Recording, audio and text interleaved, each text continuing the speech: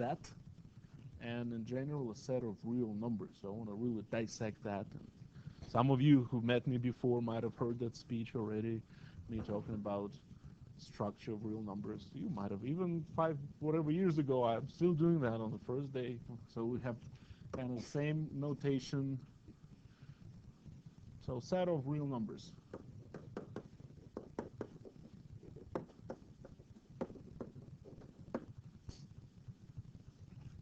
So before we dive into playing with the real numbers, we need to first define a notion of a set. And the way I think of a set is nothing but a collection of stuff. That's my definition of a set. Okay? So students in this classroom is a set of all students in this classroom. Whatever I got in my right pocket happens to be a set of whatever it is I got in my right pocket. Okay? There are some conditions. One is the generally sets are unordered. So I don't have to put anything in any specific order. Sometimes it's impossible, so we don't have to worry about that. If you can order things in a set, then might as well go ahead and do that. And two, sets are repetition free. Meaning if I have something in my set, I don't need to list that same item there again. So the notation that we use to define a set, we start with capital letters, so that's a set A. I'm going to call it A. And we use curly brackets to kind of open a set, and then we can list whatever it is we want to put in set A. So what do you want to put in set A?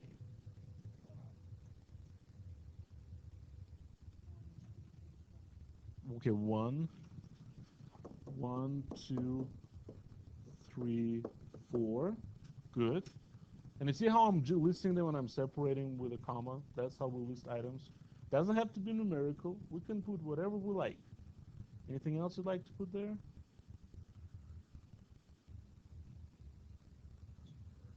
A square.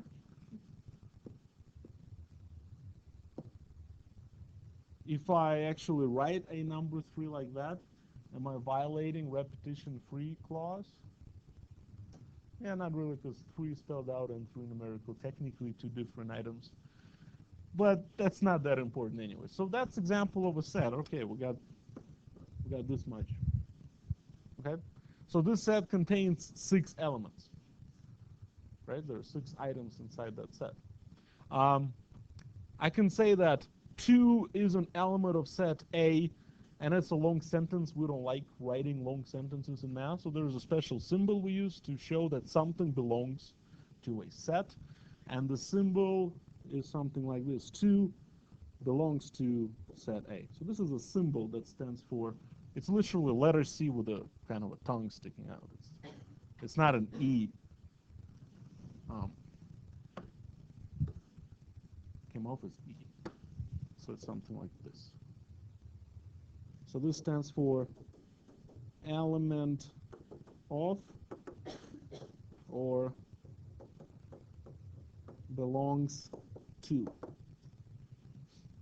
Okay. At the same time, let's say, is 5 an element of A? No, so the way you write that, we just write something like this. 5 does not belong to A.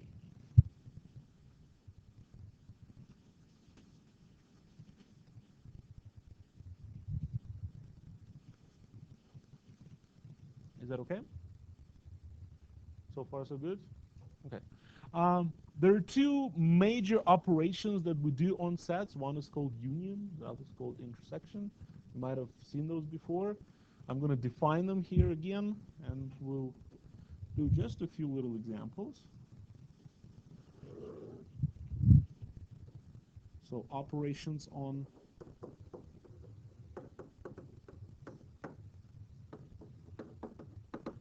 union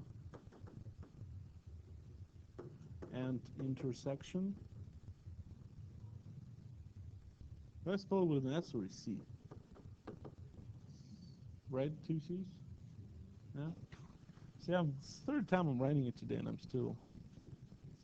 That is S, right? Yeah. Well, that's not an issue, and I'll abbreviate a lot when I'm in doubt. Um, so here's the definition of a union. We'll start with the union. So let A and B be sets. Then we define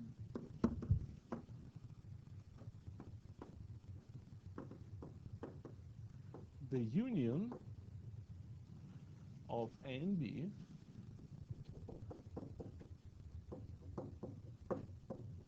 denoted by this fancy notation. And there's the union symbol. Have you seen that one before? You might have at some point. That's all right.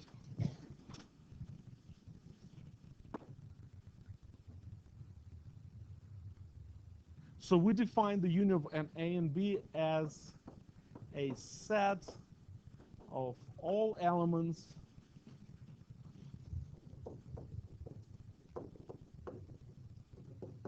that are in A or in B. This is the definition of a union. Write it down and I'll talk about it.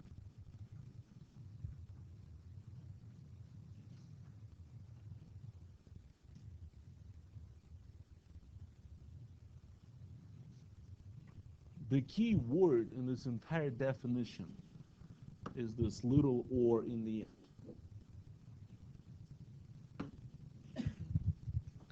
That's what we need to understand to begin with, that or will connect to the unions, because later you will see some problem will just dump a letter or on you. It should trigger a union reflex. Okay? So now we're going to get into philosophical definition of the word or.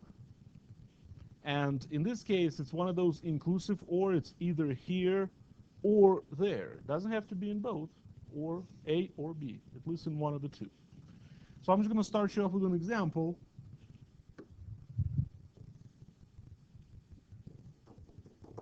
So let's say A is 1, 3, 5, and B is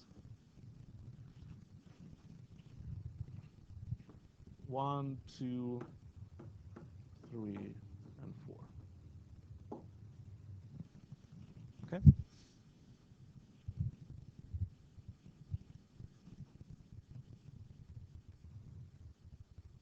So what is the A union B then? Because again, let's think about the word or. So is 1 in A or in B? Yeah, so it belongs to the union. How about 2? Is 2 in A or B?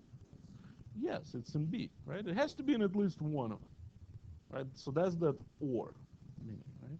So really what you're doing, you're just piling everything together. It's more kind of like an addition of sets. You don't have to do any repetition. So 1, 2, 3, 4, 5, and that's it. That's the union. Is that okay? So just putting everything together.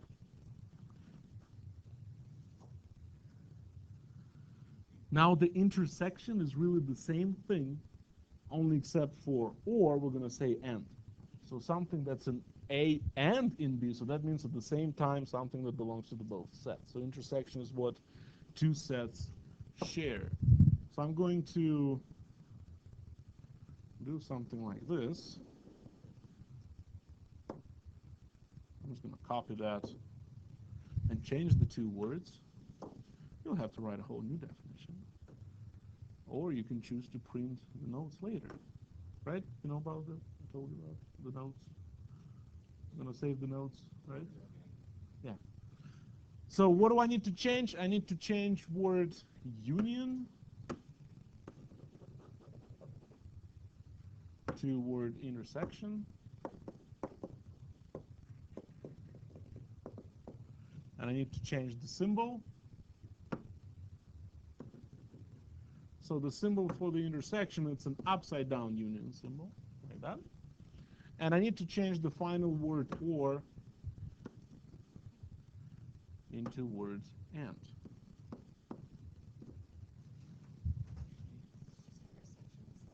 Mm-hmm. Yeah.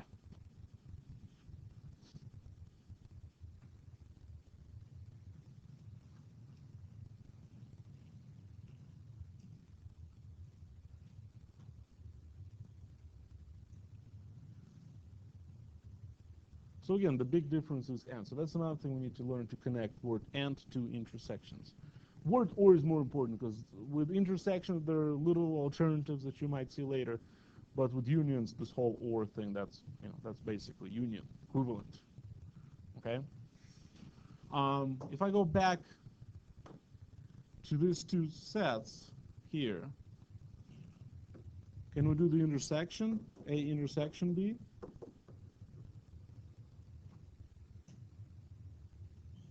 Yeah, what would that be?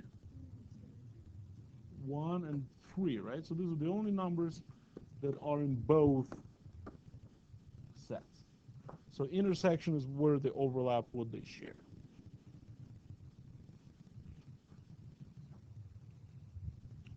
Is that all right? Pretty straightforward.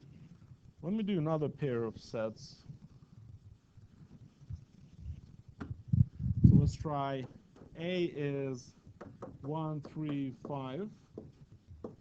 B is 2, 4, 6.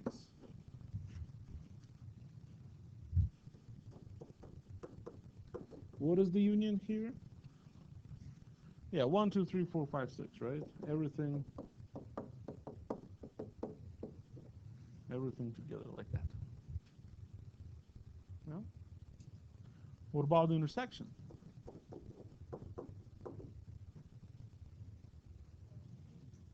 So it's empty, right? It's still a set, but it has no elements. So the way we define, or the way we express an empty set, we open up a bracket, and then we close a bracket. So it's a set with no elements, empty set. Or there's an alternative notation, is this, representing an empty set. Okay? Yeah, I like that one better too, because this is silly. So this is either an empty set, or sometimes it's called a null set.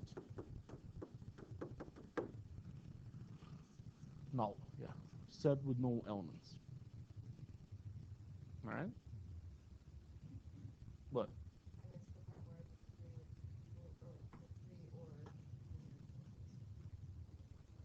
Oh, it's not a 3. Those are my curly brackets.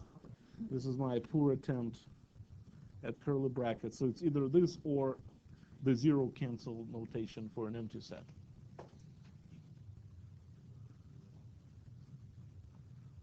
What?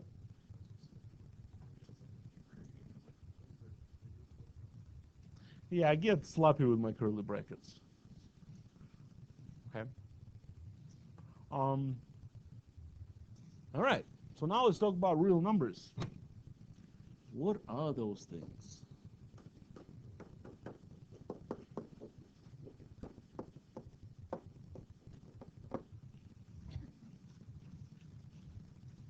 Can you give me an example of a real number? This is a true story. It's the third time I asked this question today, and the third time somebody said 2. That was the first reply. So, but yes, 2 is a real number. So this is your favorite number among all classes. So this is, I was just thinking, oh, somebody's going to say 2. And boom, 2. That's fine. 2 is a real number. So now let me ask you a silly question. Where does 2 reside? Where does it live? If you want to send 2 a letter, where is the letter going to go? To where's 2's home? If that makes sense. Between 1 and 3, or where's 1, where's 3? You know, like, where do you live? Well, between Bob and Steve. Does that help? On the real number line. That's what I wanted to hear, right? The real number 2 lives on the real number line between 1 and 3, who also happen to live on the number line, and they are about 2 units, right? This is the origin. We kind of like to keep that one in check, and that's how you measure 2, right?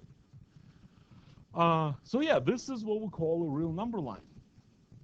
And if you can place a number on that real number line, that's a real number.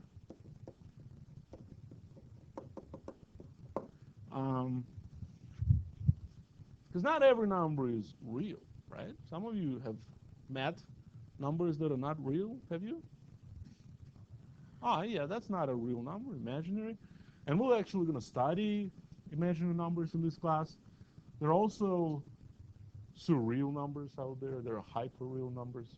We're not going to talk about those. But as far as the real goes, as long as you can place it on a number line, that makes it a real number. What? All right. But there are different categories of real numbers, and the first one that we used as humans, we call it a set of natural numbers.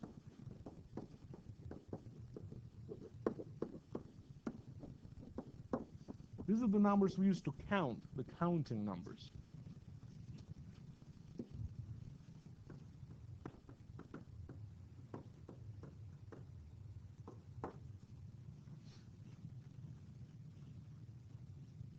So if I were to try and count the students in this class, how would I start doing that? 1, 2, right? So I'm starting at 1. So 1 is the smallest natural number. So these are another way to call them is the positive whole numbers. Positive whole numbers. So 0 is not a natural number, at least for us. So the way I'm going to express the set of natural numbers, I'm just going to write a few, 1, 2, 3, and so forth. So this is kind of a notation to show that it keeps going. Okay, and it's an infinite set. It has infinitely many elements, but at least we know it starts at 1. There's a special symbol that represents the set of natural numbers, so it's something like that. And with a little twist, extra leg. I'm not making this up. This is true. Your book will probably use a fancy-looking capital bold N, but I'm just curious what your book. Every book uses a different thing, but where's our book? Somewhere here. If I go to chapter, maybe R, I don't even know which section. Oh yeah, I lost interest. I'm going to go back to what I have to say. So that's what N is. Set of natural numbers. So then if you think about this, historically the next type of numbers that we were using were fractions. Because we needed fractions way before we needed negative numbers. Negative numbers were rather new, and they don't make much sense if you think about that. But they're still real, because you might have experienced a negative number in your life, have you? Have you ever seen a just negative number appear just boom in front of you? Not in a math class, in real life. What? Sure. Well, but they still make it positive, but sometimes your bank account balance might show up with a minus in front. So, but we didn't need much near that. But fractions came up a lot earlier because we had to trade. An example that I was using, let's say you have a goat and I have a cow, and you need a half a cow for your goat, so I need a fraction. I need to cut a cow. But for the purposes of us doing this fun exercise of filling the number line, that's what I want to do. The numbers that I have so far are 1, 2, 3, 4, 5, 6, 7. That's all I have. I don't even have 0 yet, because 0 is not a natural number. But I will introduce the set of integers next. Set of integers. So this is just your whole numbers, positive, negative, 0. So the nice ones. And the way we're going to list them, since it's starting all the way on the negative side, I'm just going to start with the 3 dots, and then -3, -2, -1, 0, 1, 2, 3, dot, dot, dot, close. Okay? So I'm filling my number line a little further.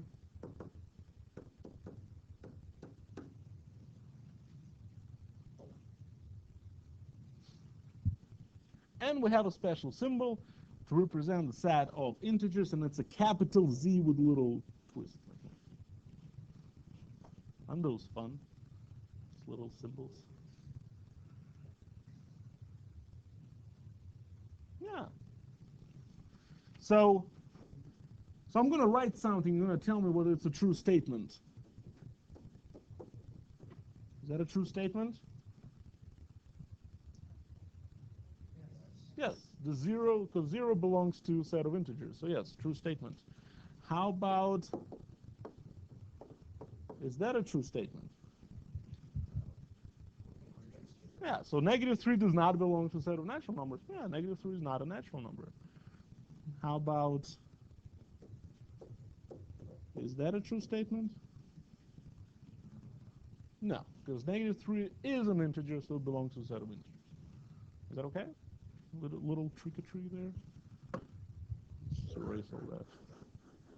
All right, so let's play with fractions. Because clearly, our number line has a lot of gaps in there. Oh, this is a tiny little eraser. Because I can put a whole bunch of numbers in between, right? And that's where the fractions come in. I put a whole bunch of them in between integers, so we call that set of rational numbers.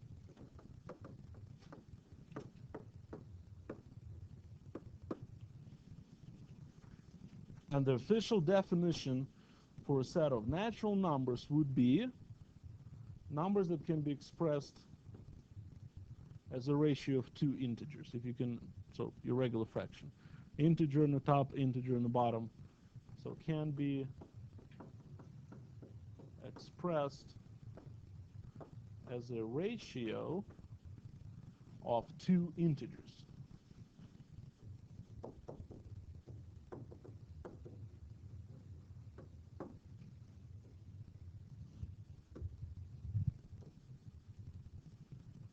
Okay? So if you see a fraction or fraction-looking thing, that's a rational number. Sometimes you see fractions in form of a decimal notation, right? So if a decimal is finite, it stops. That's a rational number. Or a decimal can be infinite, but if there is a repeated pattern, then it can also be expressed as a ratio of two integers. Okay, what I mean by that, I'll tell you in a second. But can you give me a few examples of what you think might be a rational number? And I'm not even going to bother with the order because I won't be able to follow that. What? 2/3, sure. Someone said 0.2? Yeah. Because 0.2, that is 1/5, so sure. Right? Half. And things like, -3 and 3/17 would be a rational number, right? Because I can express it as a ratio of two integers by converting mixed number into improper fraction. How about 7? Is that a rational number? Yes, because I can always go 7/1, 14/2. I can express it as a ratio of two integers, right? Now, if I write something like this, 0.33 goes on forever, so there I have a repeated pattern, right? It's 3, 3, 3, 3, 3. This is actually 1/3. I can express that as a ratio of two integers. And sometimes it's a little tricky. I can write a number like this, 17.123, and the 123 keeps repeated. That can also be expressed as a ratio of two integers. I'm not sure how, it's a little tricky, but it is possible. So there's a clear repeated pattern. There could be a pattern but not repeated, so that's a different story. But there's a clear repetition, then you got yourself a rational number. Okay? Dot, dot, dot. So a pretty large set. And we use a capital Q with a little twist to represent a set of rational numbers. Yeah, I just kind of did a little squiggle through the Q.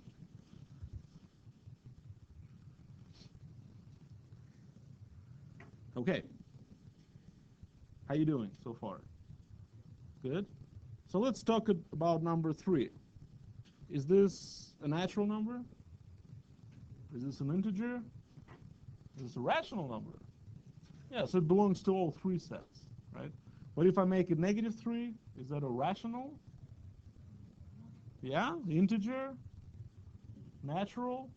No. All right, so you're good. You know what I'm kind of doing here. So now, the fun part. Are we done?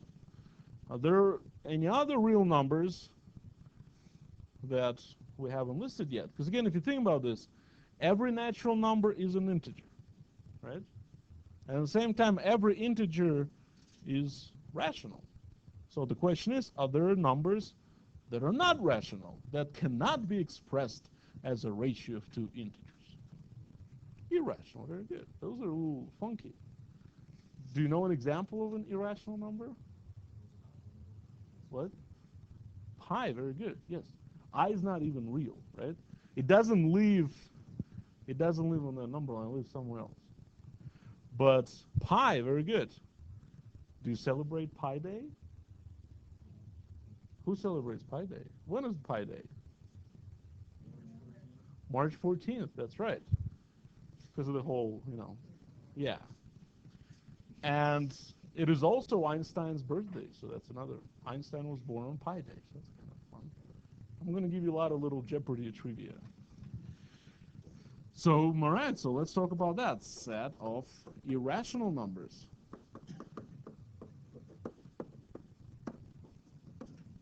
So these ones cannot be expressed as a ratio of two integers.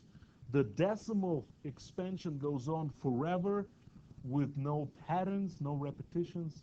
I mean, it could be a pattern, but no repetition. Okay? So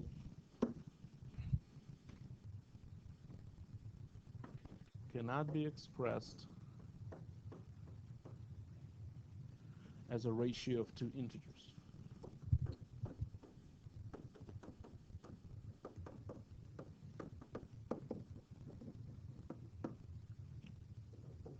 The decimal expansion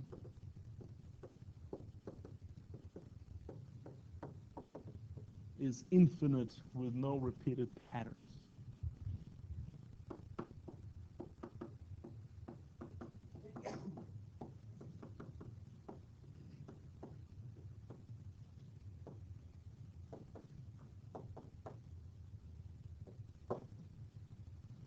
So yeah, some of the examples were pi.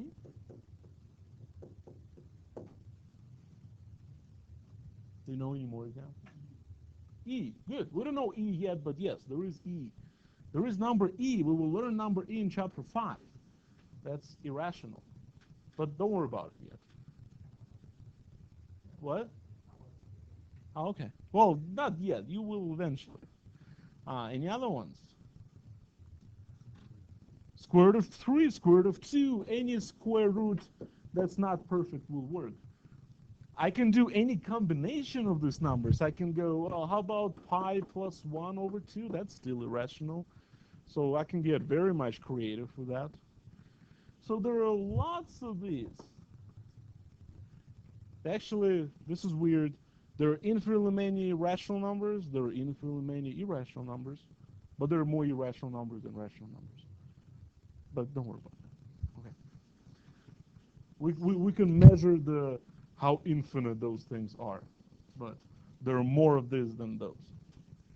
But we don't have a special symbol for them because we don't, they kind of suck. They're not friendly. So we don't have a symbol for irrational numbers. So if you want to say that pi is irrational in a cute kind of way using math notation, you just have to say, well, it's not rational.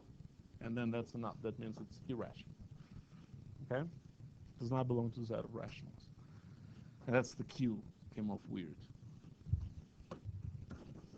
So, how are you doing so far? Is this okay? Right, there's no symbol for irrationals.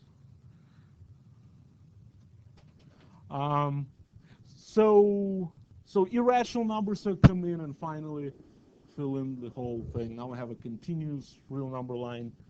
And if you just put all the rational numbers together with all irrational numbers, you get all real numbers out there. Now that can spark a debate whether how those numbers that have that infinite decimal expansion can be real. How can I pinpoint the location of pi on that line? Just exactly, this is pi. although I can never measure pi with the ruler, because again, right? Does that make sense? The decimal just keeps on rolling. So how do I measure that? So so that debate is basically over, but it's been a pretty big debate back in like ancient Greece time, whether numbers like square root of 2 can consider be real.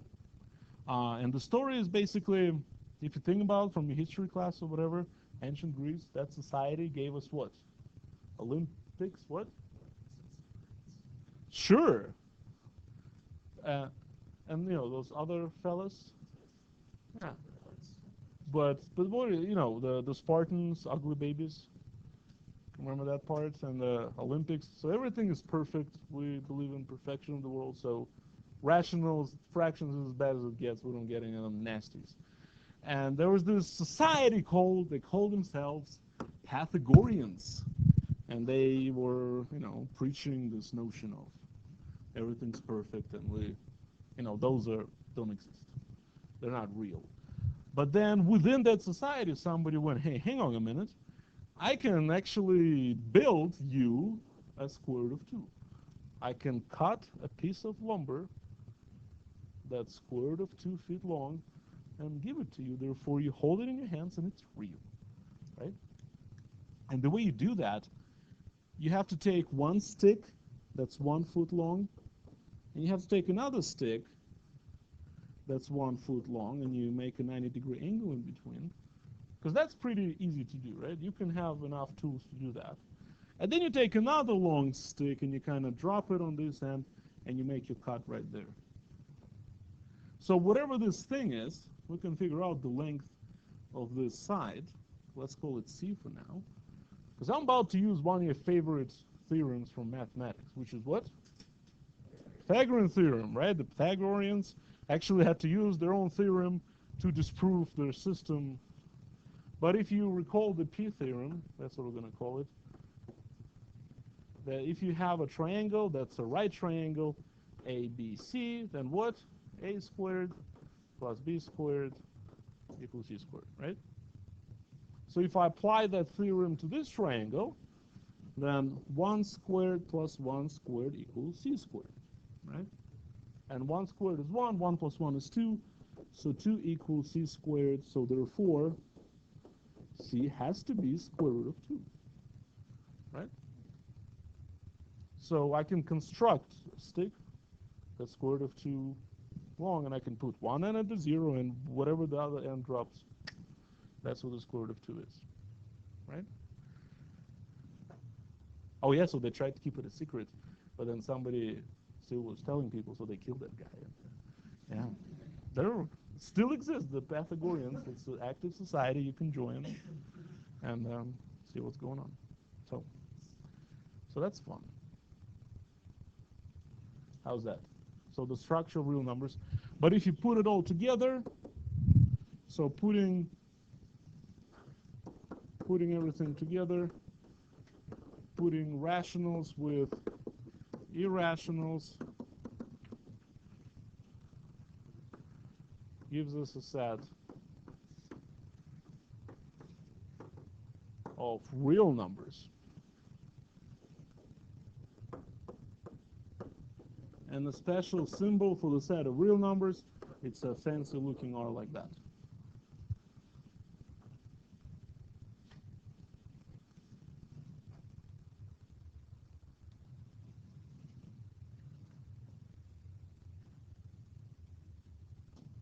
So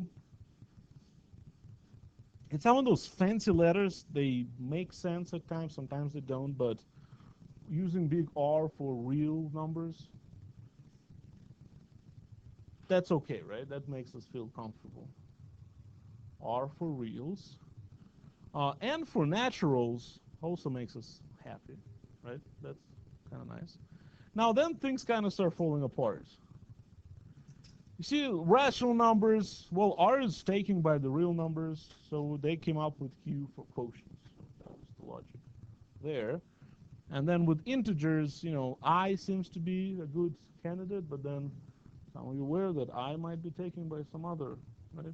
I's, they'll come up. So they use the letter Z because of the German word. Anyone speaks German? Very good. What does that mean? But yeah, that's, yeah. Actually, I think it's more of a Zahl. That's how it's, yeah. But it stands for something whole and perfect type of thing. So that's, the Germans gave us the capital Z for set of integers. Okay? All right. So I got to share another way to define a set with you, because clearly this is not very comfortable listing items with the whole dots. It gets really messy. And let me give you this example. I want us to express a set of all real numbers that are greater than -1 and less than or equal to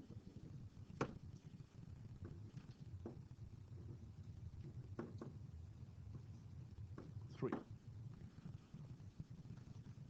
So all real numbers that are greater than -1 and less than or equal to 3. How many elements are in this set?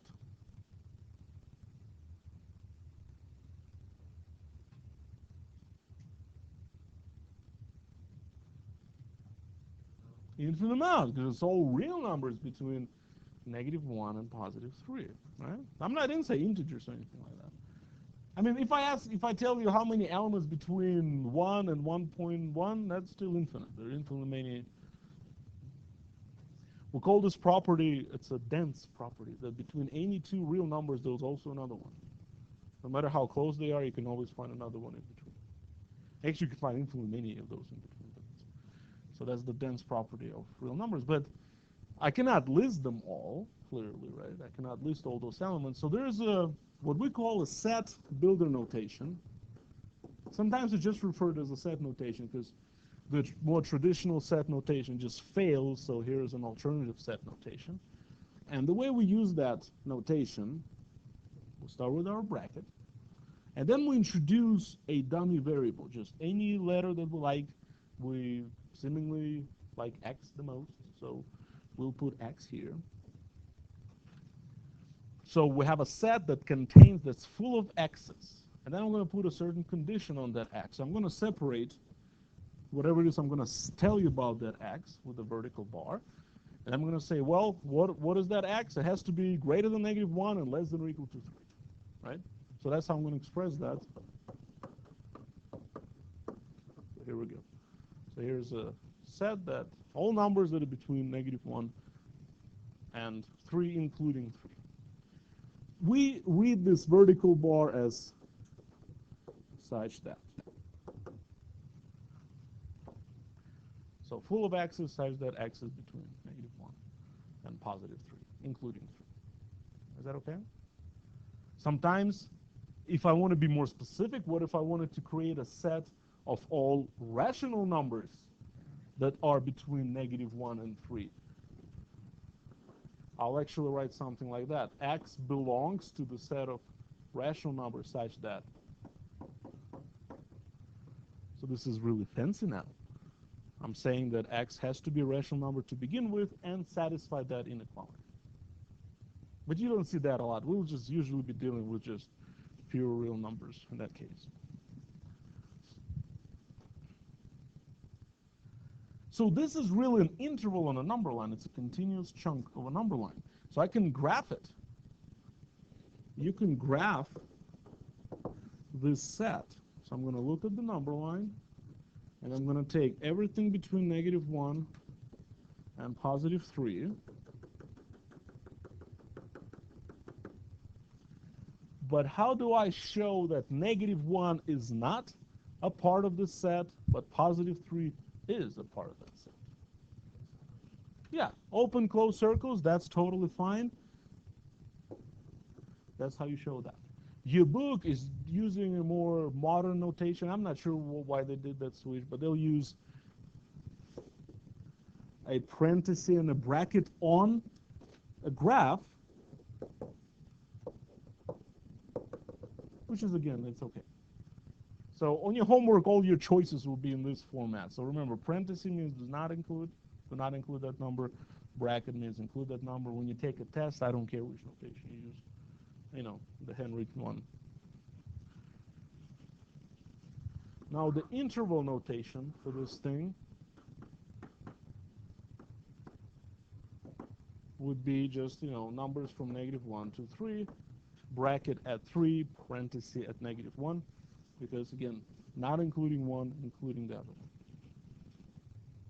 How's that?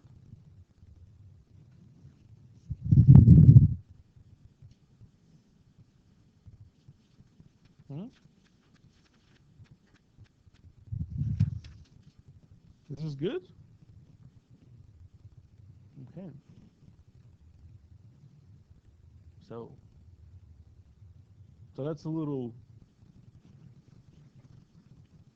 piece of fun information that we'll use.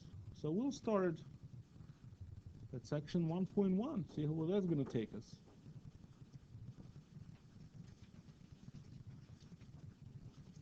So this is introducing the notion of graphs. So, and I think I mentioned that on Monday, I'll be moving pretty fast through the first few chapters, so, pay attention or whatever. We'll slow down eventually, and we're going to really slow down the road, but we're going to go fast at first. So, what are we studying here? Algebra, very good. I don't know if I already gave you the algebra speech, but might as well. Algebra. And what is algebra all about? What's the purpose of algebra?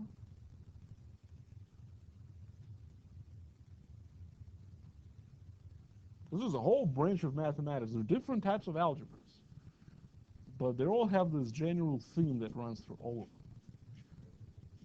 Well, we have variables, right? We'll see variables, but there is a bigger, a grander purpose that's not just variables. What do you do with, where do you see variables?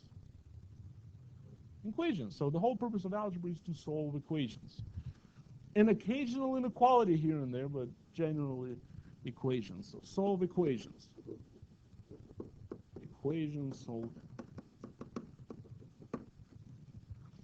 Actually, algebra is an Arabic word, al whatever, and it means something like in search for the unknown or finding the missing piece, something. So everything we're going to do is going to somehow relate to solving equations. Although some topics might seem to be not related to solving equations, at some point we'll make a turn and connect them with solving equations. So let me give you an example of an equation, and you're all going to like this equation, right? You like that equation, don't you? Yeah. We call that a linear equation. You love linear equations. You all know how to solve that equation. How do you solve that equation? What? Well, that's already your game. You're way ahead of me. All right, so subtract 1. Bam, so 2x equals 4. Then divide by 2. X equals 2. Right? So seemingly that's a solution. How do you know that that's, in fact, a solution? Yeah, you can take it back to the original equation. You want that equation to turn into an identity. Meaning, both sides are identically equivalent. So plug 2 for x, 2 times 2 is 4, plus 1, 5, 5, 5. Good. Right? You like that? Okay. So if I give you the test right now with like 100 problems like this, you're going to welcome it with a warm heart and you're going to do really well on it. Right? I'm not doing that, by the way. So, but there are 3 things that can happen when you solve a linear equation. You get 1 pretty solution like that. 2. Sometimes you get infinitely many solutions. So that means the equation is true regardless of the value of x. Or you get no solutions, meaning no matter what x is, you can never make it balance. And just to give you quick examples of those 2 cases, I don't know if you want to write that down, but I think this is the example I was using with the other group. How would you go about solving this equation?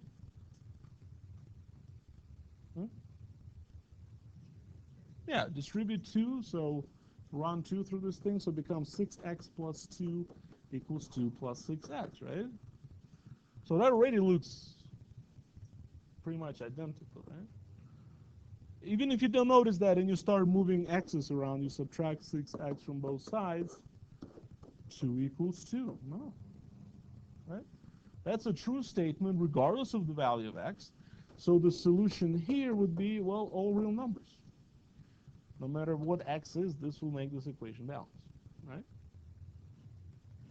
At the same time, if I change this just a little bit, if I write this as 2 times 3x plus 1 equals 3 plus 6x, I just change one number, and I still try to solve this. I distribute 2, so it's 6x plus 2 equals 3 plus 6x.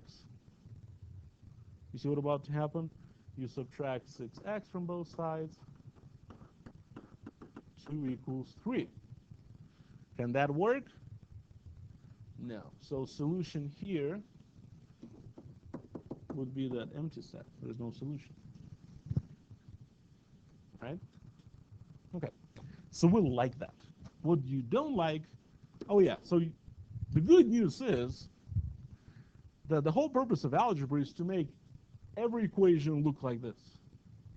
But there are a lot of steps in between. So, but our goal was to turn, is going to be to turn any ugly equation into a pretty linear equation. So that's a good thing.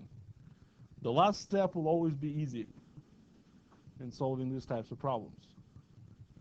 Well, let me ask you this question. Do you want to take a break or do you want to keep going? Keep going? All right. You guys are tough. Those 1 o'clock pens just wanted a break. Okay. So let's see. All right, so let me give you this equation. So this would be a linear equation with 2 variables.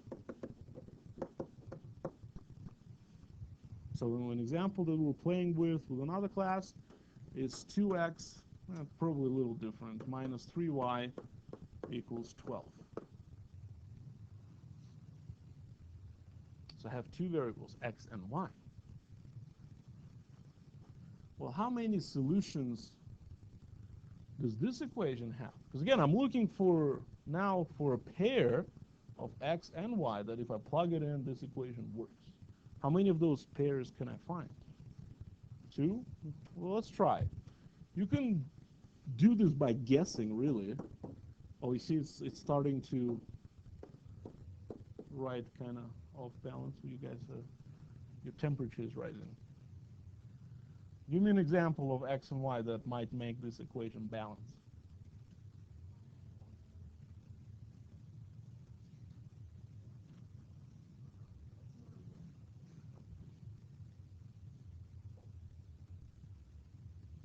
It's a little harder, right? But you can 3 and negative 2. No, 3 and negative 2 works, right? Yeah. And keep yours in mind. So we said 3, negative 2, right? If I plug it in, 6, plug it in, 6. 6 plus 6 is 12. So this is your ordered pair, 3, negative 2. What were you saying? You gave me another solution?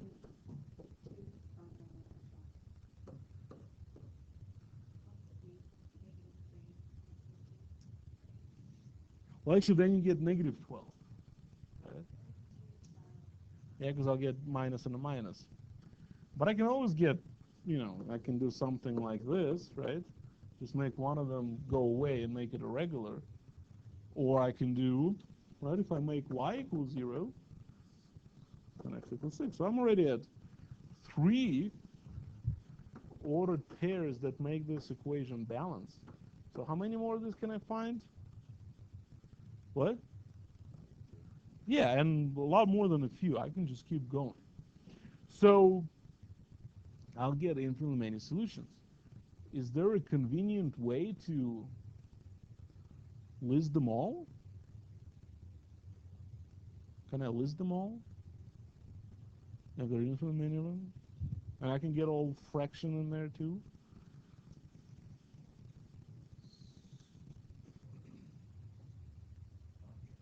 Well, yeah, you're trying to kind of make it more consumer friendly, but as far as doing this ordered pairs, I'm probably going to have a very hard time just listing all of those, saying, oh, the solution consists of all those numbers. So the more efficient way to express a solution of this equation is to plot all the ordered pairs that satisfy that equation.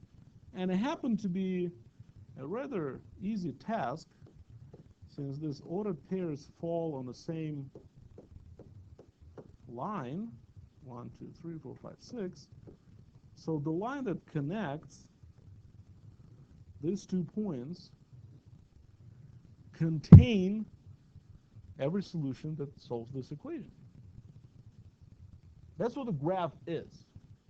It's a solution to equation with 2 variables. It gives you all ordered pairs that solve that equation. So if I ask you, does this ordered pair solve our equation? You're going to say, no, it's not on the line. It's not on the graph. At the same time, I'm trying really hard to hit the line. Is that going to solve our equation? Yeah, it's on the line. So it's one of those ordered pairs that satisfy our equation. So graphs are solutions to equations. That's why we graph in algebra. And I'm kind of proud of that. That after many years, I'm able to connect graphing to solving equations. Because before we were just, yeah, you just graph it for the heck of it. Well, now you know this is just the only way you can express a solution to an equation that's a little messy. Is that okay? All right. But you're all okay with me plotting points. You're all familiar with your x, y axis and all that good stuff. So there are 3 things I want to talk about that will happen on a plane. One is finding a distance between any 2 points in the plane. 2 is finding a midpoint between any 2 points in the plane. And 3 will just play with circles a little bit. Circles a bit. So let's talk about the distance formula. Okay, I think I'm going to calibrate this thing a little bit again, because it's not writing. So distance formula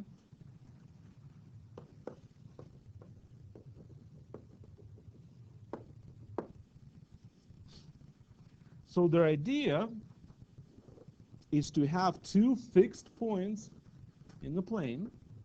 So let's call this point x1, y1. Let's call that point x2, y2.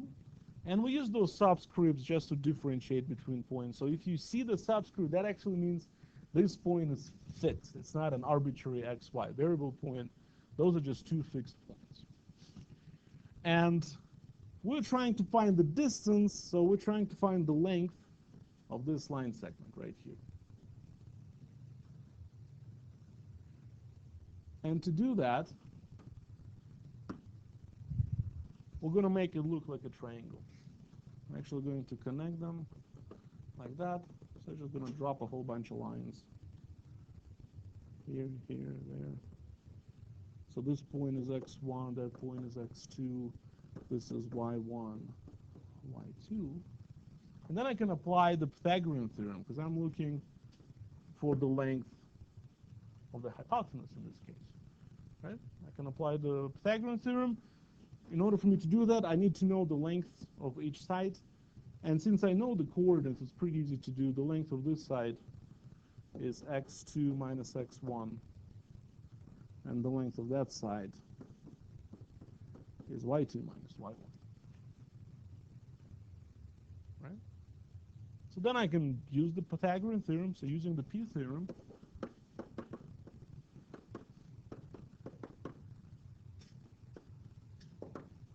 we have d squared equals the square root of x2 minus x1 squared plus, not the square root yet. We don't need a square root yet. I'm still having it as a square.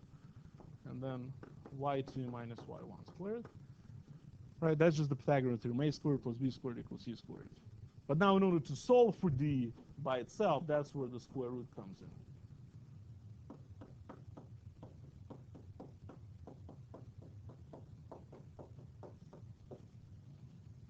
So this is the distance formula.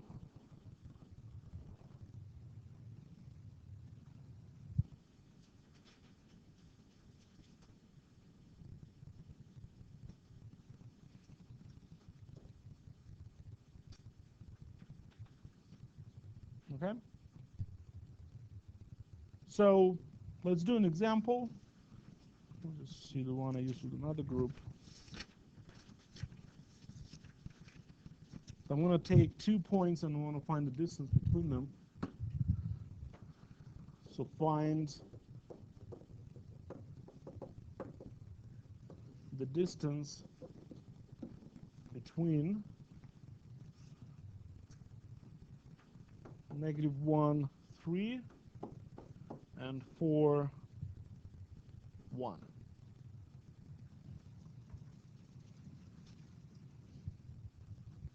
So I have 2 points, I can just plug them into my formula.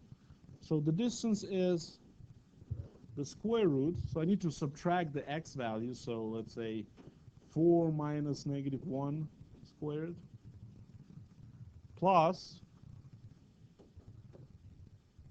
1 minus 3 squared. And it doesn't matter in which order I list them because I'm squaring them, so they're always going to come out positive. I could have written -1 minus 4, it'll still give me positive 25. Because what's going on here? This is 5 squared plus -2 squared, which is 25 plus 4, which is a square root of 29. Okay?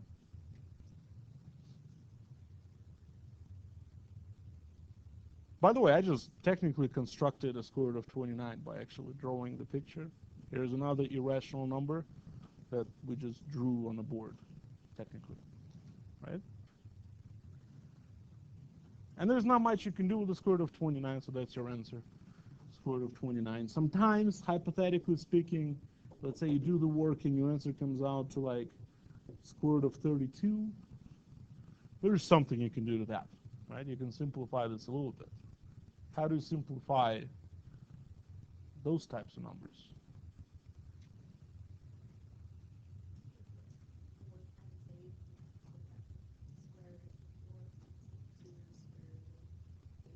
Right.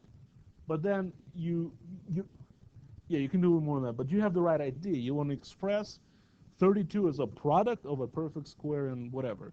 Now, 4 is a perfect square, but is there a bigger perfect square that goes into 32? 16. So you want to think of 32 as 16 times 2, and you can take the square root of 16. It will come out as 4, and the 2 will stay behind. So square root of 32 is 4 square roots of 2. Okay? Cannot be done with a 29. It's a prime number. So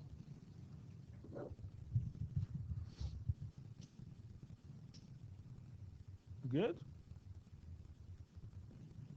Okay. So that's the distance formula. Now, the midpoint is actually a lot easier than the distance formula, because I'm just looking for a point directly in the middle between the other two. So it's going to be somewhere on this line. So in order for me to find the coordinates, because it's a halfway between x1 and x2, and it's halfway between y1 and y2, so I'm really just taking the averages of x1, x2, and y1, y2. So the midpoint formula.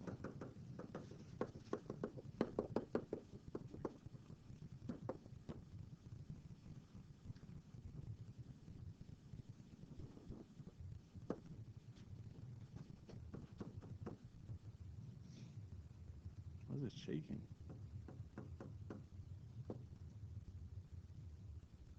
I'm just losing my mind. Was it shaking? Okay. Maybe that's when people walking upstairs and then they maybe knock that thing slightly. So the midpoint is point right in the middle, somewhere here. So this is the midpoint. And the formula for that is just x1 plus x2 over 2, which is the average of the two values. and y1 plus y2 over 2.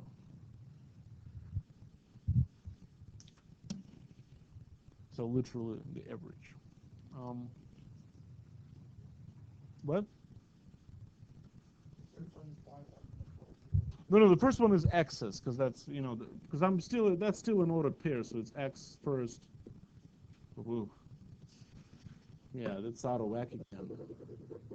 Right, it kind of shook for a little bit, and now it's out. Somebody's working upstairs because they put a new projector. Maybe they didn't tie together very well. I don't know. Maybe it's not our heat that's messing with us. All right. So midpoints. Want to talk about circles? Sure. So, can you define a circle for me? Oh yeah, you think about the equation already. Very good. But what is what's a circle?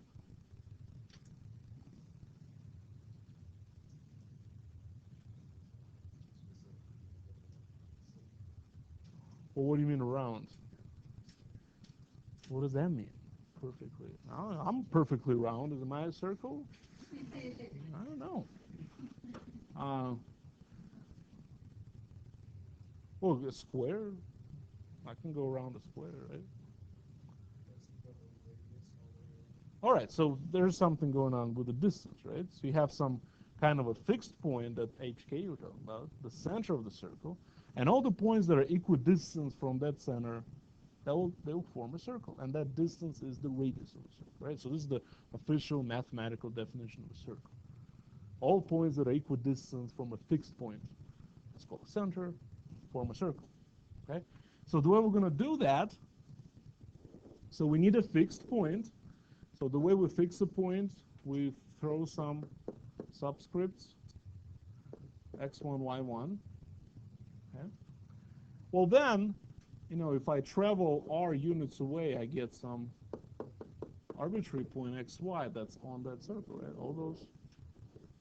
All the points that are r units away from the center form a circle, right? All those little points. Well, now how can I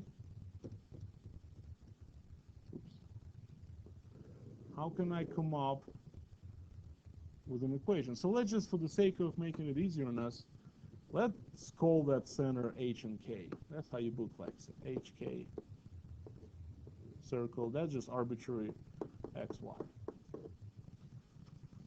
So R is fixed. R is some number we had in mind. HK is fixed. X and Y just those variables. But I can still use the distance formula. Using the distance formula, I know that R equals the square root, and the distance between xy and hk, which is x minus h squared plus y minus k squared. Right? That's just the distance formula. So equation for a circle is a distance formula.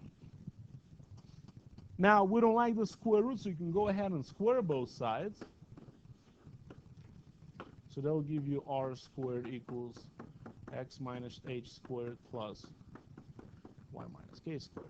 So this is equation of a circle that is centered at hk and has a radius r.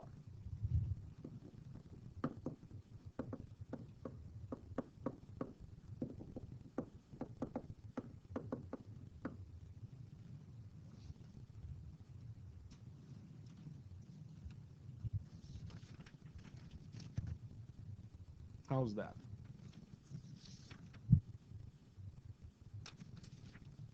Is that okay? Good. Well, now we're going to play a game. I'm going to write an equation on the board, and then you're going to tell me first, is this a circle? And if it is, tell me the center and the radius of that circle. That's a pretty easy game, actually. Well, I'll make it harder in a few minutes, but... So, game is called, is this a circle? Name the center and the radius.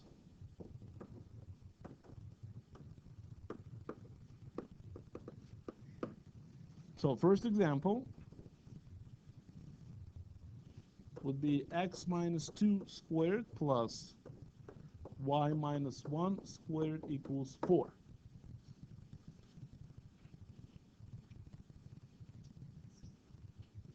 Yes. And the way you answer that question, you're literally trying to match this equation with that equation. And it matches perfectly, really, right? You have something squared with an x's, you have something squared with the y's. Plus in between is very important. And a positive number on the other side is also important. If the other side was negative, it wouldn't be a circle. If there was a minus in between, it wouldn't be a circle. Question? Okay. What is the center of that circle?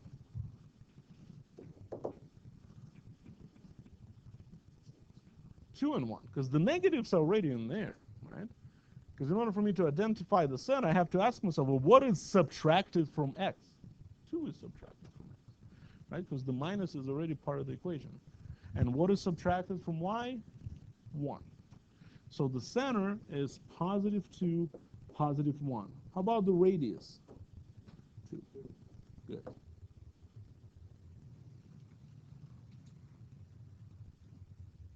You like that game? Let me give you another one.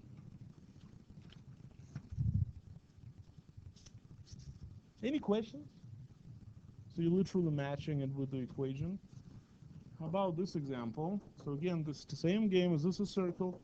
X squared plus y plus 3 squared equals 5. Yeah, good. Satisfies. Looks like that equation. Can you name the center of this circle? 0, negative 3. Because again, what is subtracted from x? 0. What is subtracted from y? Negative 3 is subtracted from y. So you're just changing the signs, really. That's all you're doing. What is the radius of this circle? Square root of 5. Very good. Okay. I'm not going to attempt to draw that circle. I can actually draw this circle. Should be pretty easy. I know the center. I know the radius. Right? If I try, the center is at 2, 1. Right? And the radius is 2, so it has to touch the y-axis. Right? This is 2 units away from the y-axis, so it has to do something like close enough. Right? It goes to, well, I have a circle drawing tool I'm not going to use. Okay, this one I'm not going to draw because square root of 5 is a little shaky. How about we flip the game? I'm going to draw a circle and you tell me the equation. Give the equation of a circle. Give equation to a circle. Name a circle. That's the game. And the first circle that I have, so I'm going to make an attempt to draw that circle properly.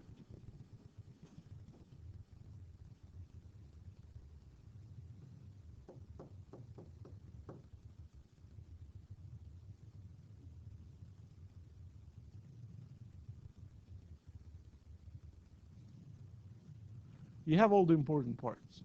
The center is 4, 2, and it's sitting on the x-axis. So if it's sitting on the x-axis, what is the radius? Well, the radius is 2, because it's, right, it's 2 units up.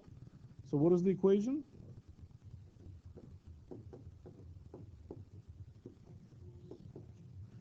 X minus 4, y minus 2 equals 4. Right?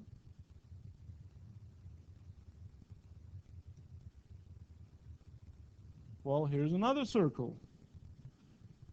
All you know, all is given to you are the end points of the diameter. So the end points of the diameter are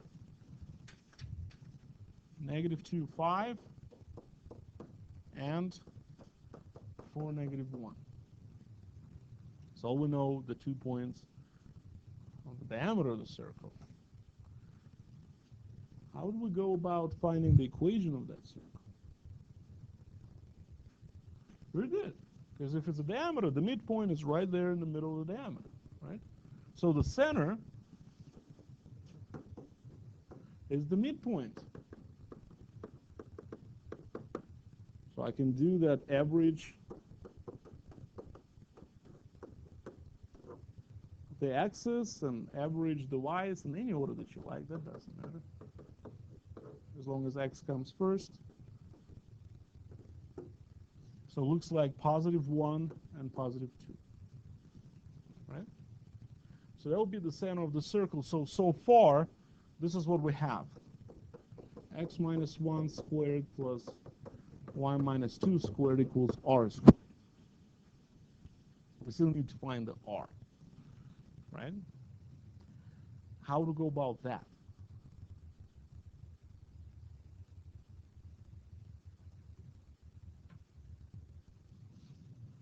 Yeah, so you have options now. You can find the distance between these 2 points and then chop it in half, so that will give you the radius. You can find the distance from the center to any one of those points directly. They'll give you the radius. Or, and this is probably the easiest thing, remember how the equation of a circle is really a distance formula? And since these are endpoints of the diameter, these points belong to the circle, right? They're right on the circle. So if I take this point and then just drop it into this equation, the r squared will come out for free, right? Because I have x and y value, -2 and a 5. Put them in here, r squared. Or if I take 4, -1, put them in there, I'll get the same result. Now check this out. If I take, what was that first one? -2, so it will be -2 minus 1 squared plus 5 minus 2 squared. So that's -3 squared. Okay, that's a mess. So it's -3 squared plus 3 squared, which is what? Well, it's a plus, so it's a, remember, the negative gets squared, so it's a 9 plus 9, so that's 18, right? So r squared is 18, so the equation that we were looking for is, in fact, this thing right here. The radius of that circle is square root of 18, whatever that is. But as far as the equation goes, that's about it. If I take the other point for -1, I'll get the same result. It's still going to come out to be 18. And we should get the same result. I mean, the equation shouldn't change depending on which point we grab. Is that okay?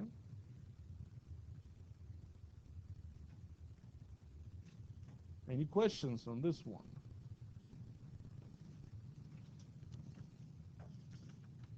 The thing you liked, is this a circle game better? Looks like. Well, let me do that then. Let's go back to, is this a circle game? So is this a circle? Is this a circle? And you remember the deal. If you think it is, the name, the center, and the radius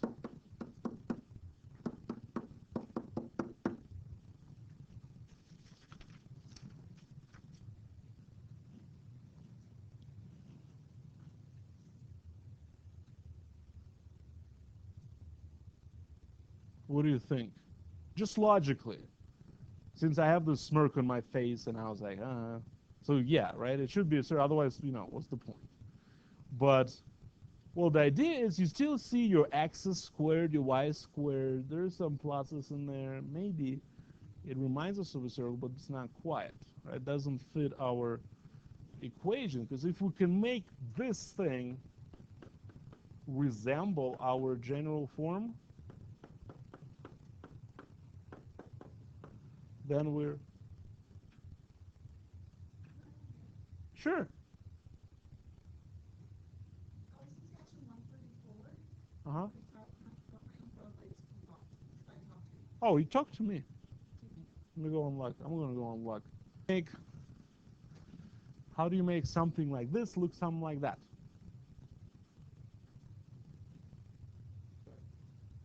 Okay, well,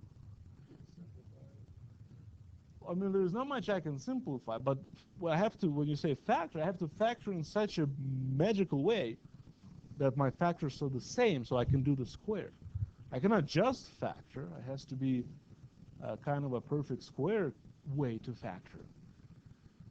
What am I talking about here? There's a little technique that you might have learned before, you might have not learned that before, which is okay.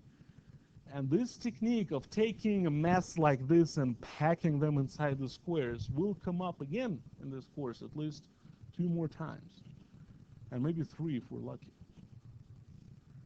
So that's an important thing for us to learn. So I'm going to talk about something else first.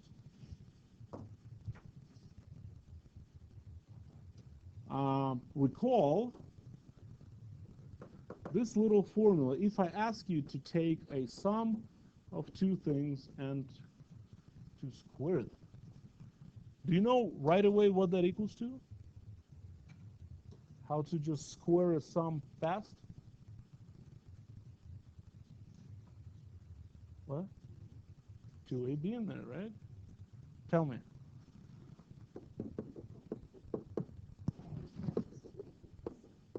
Plus b squared, right?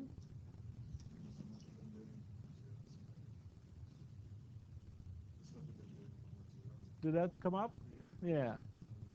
This is what we call a square of a sum formula, and well, it was before this year. I teach this at like Math 090, and then we do it in Math 099 again, and then now it's a little different. But so this is now the reason for that. What does this little exponent mean to you when you see a little 2 on the top? What does it mean? What? Squared twice, so it's a plus b, a plus b. So in reality, this is a plus b, a plus b. So if you have a product of 2 binomials like that, you'll have to FOIL, right? So that's a squared plus ab plus ab plus b squared. And you combine like terms, you get a squared plus 2ab plus b squared, right? And if there is a minus, here, then there'll be a minus there. So that's the only place that the negative affects. Okay? Now, but this is really all you need to know. You need to know what that formula is. So I'm sure homework 0 is messing with you as far as this formula goes. That's an important formula.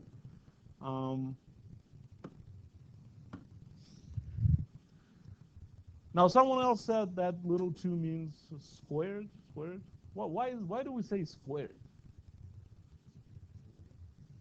What does that have to do with the square? Why is it not chaired? Go ahead. What are we doing? Sides of a square, right? Because there is a big connection between geometry and algebra, and the connection is that if I ask you what is the area of a square, you'll go, well, this side times itself, right? So that's why we call it, 5 squared. Area of a square of a side 5. 5 cubed, that's volume of a cube. Okay, that's where that language comes from. So if I make this connection to geometry, then I can think of a squared as literally a square of side A, right? This right here, A, so this is a squared. If I make a area connection, right? Well, what is AB then? You just multiply 2 numbers. Well, that's no longer a square, but it can still be a rectangle, right? Area of a rectangle is A times B. So I can take that rectangle AB, and I'm going to put it here.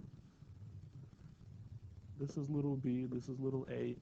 It should be a little higher, but because of the, oh, look at that. Yeah? How many of those little ABs do I have? 2. So I have another one. Well, let's put it here. This is little b, this is little a, so this is AB, right? And now, what about this little corner? What is this corner doing? What is this? Yeah, this is b squared. This is b. The whole shape, the big picture, is still a square. Do you agree with that? This side is a plus b, that side is a plus b. So the area of the big square is a plus b squared, right? Which equals to a squared plus 2ab's plus b squared. Isn't that cute? You can do that like that with geometry. That's another way to derive this formula, just messing with. Well, you've seen me do that before. I know that, right? Well, now let's try to do this exercise, because what we have with our soon-to-be a circle, we see this picture. We see x squared, and then we'll see some other number times x. This is what we faced in our previous example. We had a square and then just a variable without a square. And in order for us to match it with the equation of a circle, I have to make it look like that, right? That's the goal. Well, let's start drawing pictures again. Geometrically speaking, x squared is a square of size x, right? Well, now dx, that's a product of two numbers, so it's a rectangle. It's something like this, dx. Well, how many rectangles we had when we were being cute over there? How many rectangles did we have? Two. We had two equal rectangles. I have a one rectangle, so I like to have two rectangles. So I'm going to cut this one in half. So then each side here is d over 2 if I cut it in half, right? And I'm going to take one of those little rectangles. I'm going to place it here, d over 2x. I'm going to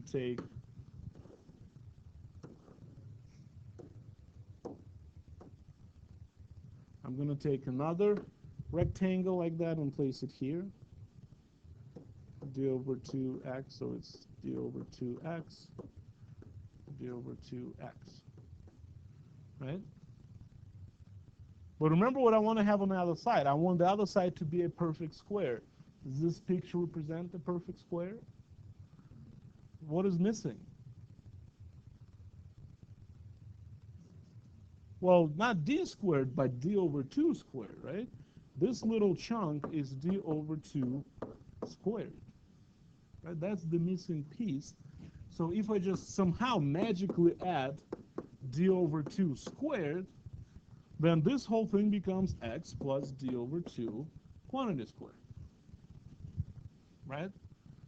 So this technique is called completing the square. You've heard that before, right? How many of you heard about completing the square? And we literally just physically completed the square. We put a little corner in there. So that's how you can do that. If you start with an x squared, no coefficients, then from the next term, you just take whatever the constant is, you half it, and you square it. That's how you find that missing piece. So you take the coefficient in front of x, you divide it by 2, and then you square it. So that will give you that missing piece from a big square. So that's the technique for completing the square. So we should kind of mention it here. So this is completing the square. All right. Good? So let's go back to our circle. We still have that to deal with. So the way I'm going to try this problem out is, first of all, I really don't care about this 7, so I'm just going to subtract it over. It just bothers me, so that's gone. And then I'm going to also reorder this expression. I'm just going to put x's next to each other, so x squared minus 4x, little space, plus y squared plus 8y, little space, equals 4. Is that right? Well, it was right here, right? 8y? Oh, no, that's a y. That's x. Well, come on, that's a pretty far from x. Yeah, well, that's not an x. No, you all thought that was an x, the 8? Oh, you're foolish. Anyways, what? Uh, well, then tell me what to do.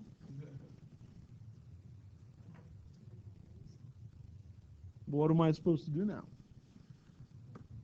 Complete the square. And I have to do it twice for x's and y's. So what do I need to do here? So I have an x squared and I have a 4. What do I have to do with that 4? Divided by 2. So I'm going to take 4 divided by 2 and square that. What is that equal to? So 4 over 2 is 2, then you square that, 4. So I have to add 4, right? Can I just walk over and add 4 to an equation, to one side? Add both sides. I have to add 4 to that side. Right? If you add something to one side, you have to do to the other side. Let's do the other one. What am I doing with an 8? Divided by 2. Square that. So what am I adding? 16. Add 16 to both sides. So this side now is 24. While the other side, just by factoring, I'll get x minus 2 squared plus y plus 4 squared. Right? Because again, remember, whatever this little number is before you square that, that's a little 2. The little 2 goes here. This is a little 4. The little 4 goes here. So is that a circle? That looks like a circle. What is the center of that circle? 2, negative 4. And what is the radius? Right, square root of 24, which can be simplified since 24 is 4 times 6. It's 2 square roots of 6. How's that? So that's a good place to review completing the square. The good news, your book does not do an example like that, and you won't see a homework problem with a circle of that difficulty. So I just kind of threw it at you as a good place to go over our completing the square thing, because it will come up again. You'll see completing the square, we're going to try to solve quadratic equations. You're going to see completing the square, we're going to try to graph quadratic functions and find maximum minimums. And if we get so lucky to talk about conic sections and talk about hyperbolas and ellipses and fancy parabolas, then this thing will come up again. Yeah. But that's a good review of completing the square. How are we doing on time? Because we don't have a correct clock. Oh, 7:34. You didn't have a break, so you get to go home.